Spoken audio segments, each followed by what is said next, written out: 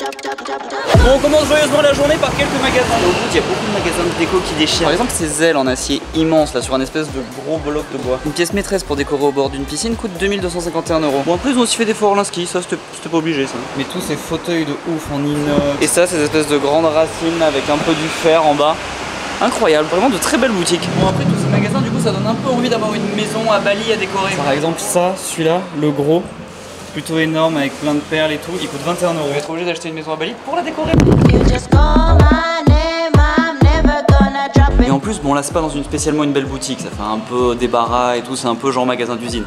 Mais même là, il y a des espèces de vitres immenses, incroyables. Trop beau ces immenses vitres comme ça avec de la jungle derrière. Enfin c'est plutôt un petit jardin zen derrière. C'est quand même incroyable comme magasin qui vend des trucs pas chers. Combien elle vaut cette petite guirlande hippocampe? 50 centimes. Une guirlande hippocampe. C'est fou, ça donne trop envie d'avoir une maison ici. Bon, après je vous cache pas que ma mère aime beaucoup ce genre de boutique de déco et au bout de la 5e on commence à avoir un peu tout vu. Donc il faut commencer à faire passer le temps. Bon et pour le T-Rex en bois je cache pas un coup de cœur personnel. Le T-Rex en bois ça me semble quand même très amusant pour une chambre d'enfant. Après il est aussi possible que l'enfant fasse que faire des cauchemars du coup. Mais bon quand même ça a de l'allure. Jésus aussi au bord d'une piscine.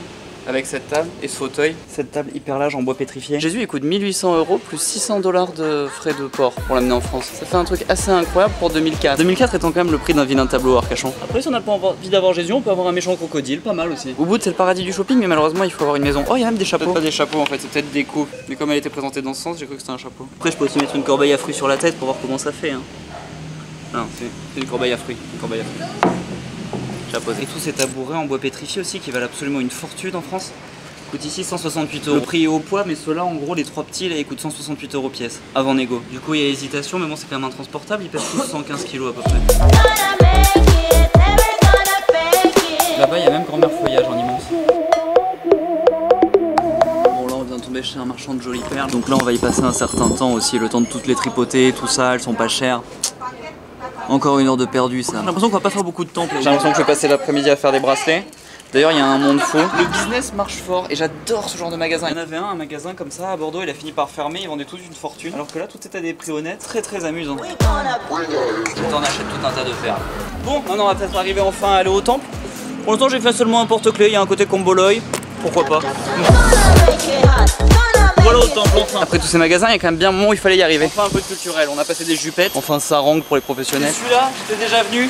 C'est celui qui a soit été fait avec les ongles d'un ogre, soit il a été construit au 15e siècle. Ils hésitent un petit peu sur la provenance. Ils savent pas trop parce que ça a été perdu pendant longtemps, c'était enterré et ils l'ont retrouvé après une tempête. Mais bon, à mon avis, c'est sûrement un coup du géant. J'ai commencé par découvrir ça au début. Mais j'étais rentré dedans la dernière fois, il n'y a rien. En fait, il y a juste quelques petites statues, mais aujourd'hui, comme il y a un peu une fête, je crois, ils ont mis plein d'encens. Je sais pas si tout cet encens dans cet espace confiné, ça fait pas un peu tousser, mais ça fait joli. Mais sinon, il y a quelques petites statues comme ça. Vous avez l'impression un peu boîte de nuit, la fumée aussi, c'est pas mal. Mais sinon, la plupart des espèces de petits présentoirs sont vides. Vraiment un chouette temple, il est immense dans la nature. Il y a des immenses palmiers, un petit marigot, une cascade, cette cascade, des rochers avec des draps dessus, un arbre avec des racines majestueuses. Vraiment incroyable cet arbre. Pourtant à la base les arbres c'est pas un truc qui me touche particulièrement, mais là les racines et tout ça rend vraiment incroyablement bien. Il y a même un petit pont recouvert de mousse qui passe au-dessus de la cascade.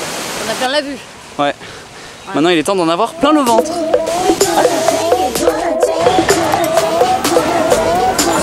Nous voilà chez Simply Social, très belle adresse à Ubud. Normalement ils servent de magnifiques burgers, le voilà tout de suite. Et voilà, il est magnifique, avec un espèce de gros falafel, ils sont délicieusement beaux. Ces frites ont aussi une bonne tête. Et ça vient avec une espèce de petite mayonnaise vegan. La mayonnaise vegan ça marche vraiment jamais. Et ma mère a pris des espèces de petits rouleaux de printemps. Pas hyper fun comme choix. Elle s'est absentée dans le magasin à côté, je vais essayer quand même voir ce que c'est. C'est un peu nul, ni vu ni connu. Moi c'était délicieux. Ce fauteuil se bascule, c'est un genre de rocking chair. Sympa. Faut que je trouve un métier. Un homme de goût.